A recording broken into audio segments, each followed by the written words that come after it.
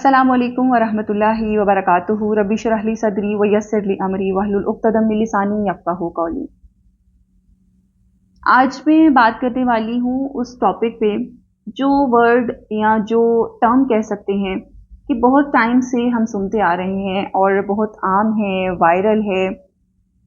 And I was feeling कि कहीं ना कहीं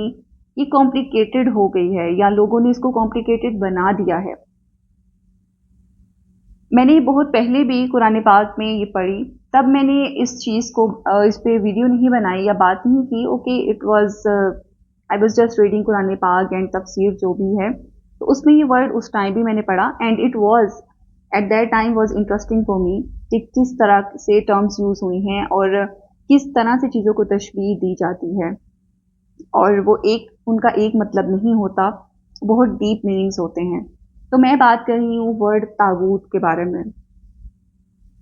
तो ये लास्ट कुछ टाइम से हमने बहुत वर्ड सुना है, इस पे बहुत सी वीडियोस भी देखी हैं और ओपनली स्पेशली इस वर्ड और इस टर्म को जो है वो इंट्रोड्यूस करवाने वाले साहिल अदीम सर हैं। उन्होंने बारहा बहुत ज़्यादा इस पे डिटेल्स में बात की है, बहुत ज़्यादा इस पे वो अक्सर अपनी वीडियोस में या एड्रेसेस में इस चीज़ को एड्रेस करते रहते हैं और वो कहीं कभी उसको एक्सप्लेन भी करते हैं, लोगों को समझाने की कोशिश भी करते हैं, लेकिन आई थॉट कि समहाउ वो लोगों के लिए डिफ़िकल्ट हो जाता है या वो उस चीज़ को थोड़ा सा मज़ीद कॉम्प्लिकेटेड कर देते हैं, हो जाता है। तो ये एक वर्ड है कुरान पाक का, अरबिक का, और एक कुरान पाक में जब है अल्लाह ताला ने उसका बारहा 7-8 मरतबा कहीं उसका जिक्र ज़रूर आया है कुरान पाक में, और वो मैं आयात भी आपसे शेयर करूँगी ताकि हम उसको थोड़ा इजी समझ लें। उससे पहले मैं थोड़ा सा आपको जो है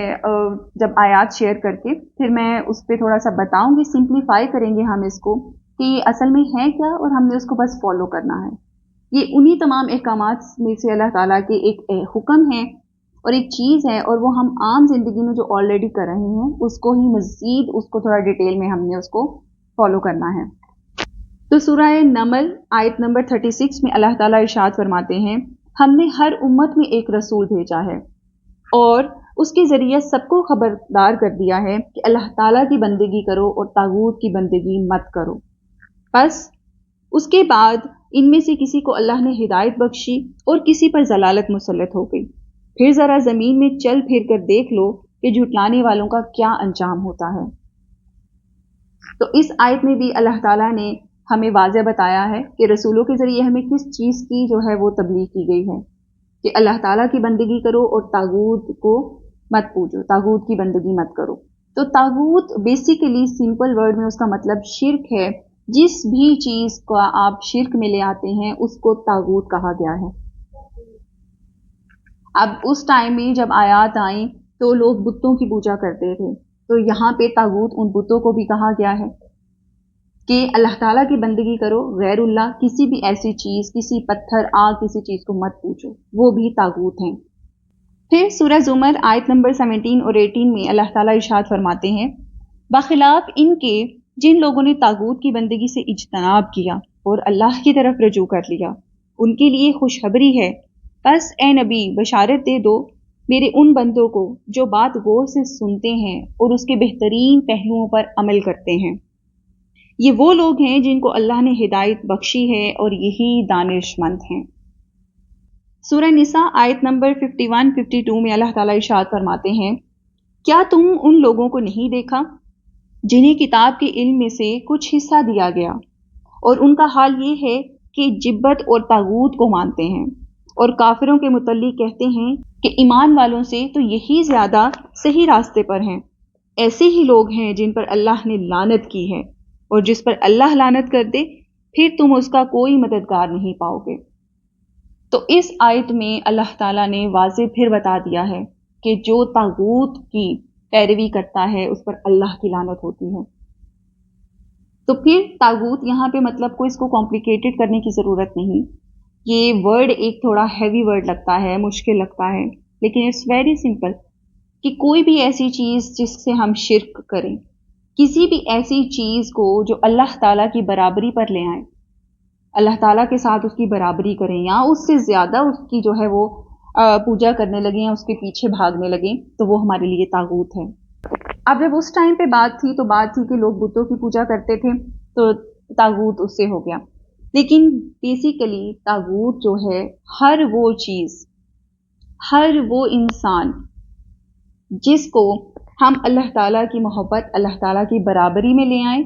या उससे ऊपर तरजीह देने लगे, हर वो चीज़ इंसान के लिए तागूत है। और वो बहुत सी चीज़ें हो सकती हैं। अगर आपने पैसे को बहुत ज़्यादा जो है वो तरजीह दे दी है, आपकी ज़िंदगी का मकसद सिर्फ पैसा है, चाहे आपको अपनी चीज़ों पर कॉम्प्रोमाइज़ करके उसको हासिल करते हैं, जो भी करते हैं, तो आपके लिए वो तागूत है। कोई ऐसा रिश्ता जो आपके लिए अल्लाह ताला से आगे हो गया है, कोई ऐसी मोहब्बत जो अल्लाह ताला से बढ़कर हो गई है, वो भी आपके लिए तागूत है। तो ये कोई इतना मुश्किल कॉम्प्लिकेटेड चीज़ नहीं है। ये तो वाज़िह है कि अल्लाह ताला सबसे बड़ा गुनाह शिर्क है, और वो शिर्क की इकसाम भी बहुत सी हैं। मैंने इस पे एक वीडियो बनाई थी, जब मैंने कुरान पाक पढ़ा तफसीर से, तो उसमें जब मैंने पढ़ा तो वो चीज़ बहुत क्लियर थी कि शिर्क हम सिर्फ समझते हैं कि हम अल्लाह को मानते हैं, किसी और को नहीं मानते, हम मुसलमान हैं। लेकिन शिर्क बहुत माइनर लेवल पे जाके भी, छोटी से छोटी चीज़ भी, आप जहाँ किसी को अल्लाह ताला पे तरजीह दे दो, अल्लाह ताला को छोड़ के किसी और से छोटी सी उम्मीद भी लगा लो, वो भी शिर्क की किस्म है। तो अगर आप वो वीडियो देखना चाहते हैं तो I will give it in I button, तो आप उसको भी जाके ज़रूर देखिए, ताकि आपको शिर्क का फ़र्क भी वाज़ा हो जाए, और उसकी जो है जितनी भी टाइप्स हैं आप उसमें वो देख सकते हैं। इस आयत में जब अल्लाह ताला ने कहा कि उन लोगों को जिनको किताब का कुछ हिस्सा दिया है, लेकिन वो लोग ऐसे हैं कि जिब्बत और तागूत की पैरवी करते हैं, तो तागूत वही जो भी चीज़ आप उसके बराबर ले आएं, शिर्क में ले आएं, तो तागूत है। और जो जिब्बत यहाँ पे यूज़ किया है वर्ड, उसका असल मायने जो है वो बेहकीकत, बेफ़ायदा, बेमकसद चीज़ के हैं। लेकिन इस्लामी इस्तिलाह में उसको जादू टोने से, मुहूरत से, बदशुगनी से, फाल से, जादू टोने से, इन चीज़ों से तशबीह दी गई है, उससे ताबीर किया गया है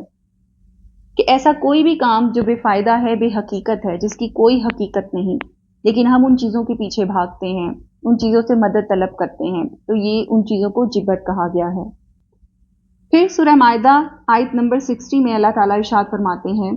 फिर कहो क्या मैं उन लोगों की निशानदही करूं जिनका अंजाम खुदा के यहाँ फासिकों के अंजाम से भी बदतर है, वो जिन पर खुदा ने लानत की और जिन पर उसका गजब टूटा, जिनमें से बंदर और सुअर बनाए गए, जिन्होंने तागूत की बंदगी की, उनका दर्जा और भी ज्यादा बुरा है, और वो सवाउ सबील से बहुत ज्यादा भटके हुए हैं। फिर सूरह निसा आयत नंबर 76 में अल्लाह ताला इरशाद फरमाते हैं, जिन लोगों ने ईमान का रास्ता इख्तियार किया है वो अल्लाह की राह में लड़ते हैं, और जिन्होंने कुफर का रास्ता इख्तियार किया है वो तागूत की राह में लड़ते हैं। बस शैतान के साथियों से लड़ो और यकीन जानो कि शैतान की चालें हकीकत में निहायत कमज़ोर हैं।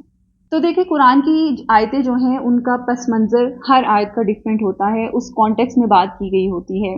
और अल्लाह ताला ने मुख्तलिफ मकामात पर मुख्तलिफ कॉन्टेक्स्ट में बात की है। लेकिन तागूत का मतलब हर जगह पे वही होगा कि कोई भी चीज़, दुनियावी चीज़ को जब इंसान इतना बढ़ा ले, उसका मकसद वो हो जाए, अल्लाह ताला से दूर हो जाए, उस चीज़ को अल्लाह ताला के बराबर ले आए, या अल्लाह ताला से भी नाउज़ुबिल्लाह ऊपर कर दे, कि उसको कोई फ़र्क ना पड़े कि वो अल्लाह ताला के तमाम अहकामात, तमाम असूलों को नज़रअंदाज कर दे और उन पे अमल ना करे, तो वो तागूत की पैरवी करने वाला है। अब ये हमें खुद सोचना है कि हमारे लिए ज़िंदगी में तागूत क्या क्या है, और हम किन तागूतों की पैरवी करते हैं, और उन तागूतों को हमने कैसे तोड़ना है। तो इस आयत में जो इशारा किया गया था वो उस टाइम पे जो अरब कबीलों में उन मुसलमानों पर जो नो मुस्लिम थे, उन पर जो तशद्दुद, जो मुजालिम ढाए जाते थे, अल्लाह ताला ने उनकी तरफ इशारा किया था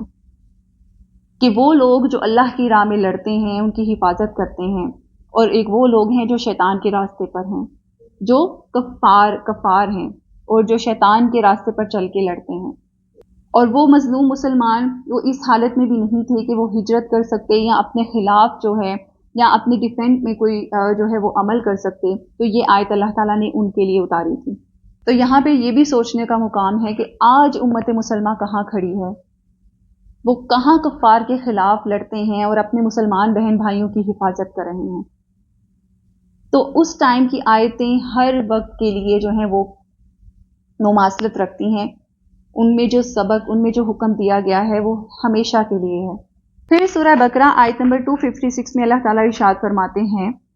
دین کے معاملے میں کوئی زور زبردستی نہیں ہے، صحیح بات غلط خیالات سے الگ چھانٹ کر رکھ دی گئی ہے۔